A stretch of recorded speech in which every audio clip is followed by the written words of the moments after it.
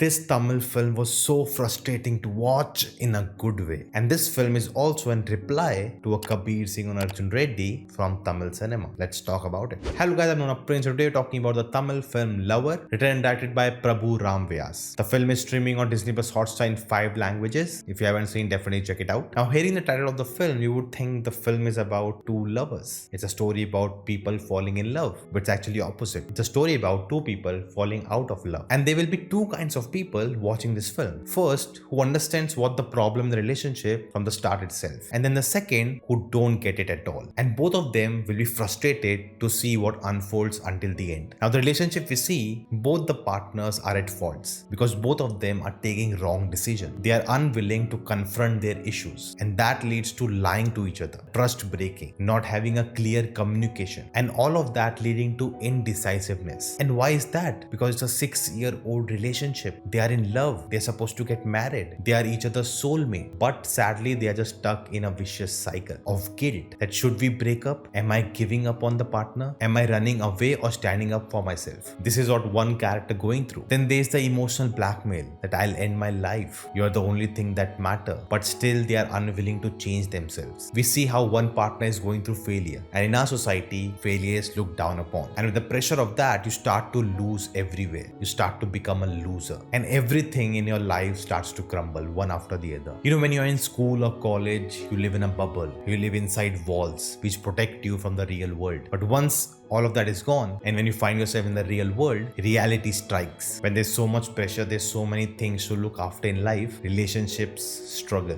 because they were built on dreams made up of false realities. And I really like the fact that this film doesn't villainize anyone. It just shows that everyone is human, a flawed human. Even in a modern relationship, there is sexism, there is patriarchy, there is misogyny, which gets equated to love and care. And we see where all that comes from. The environment you grow up, things you see in your own family.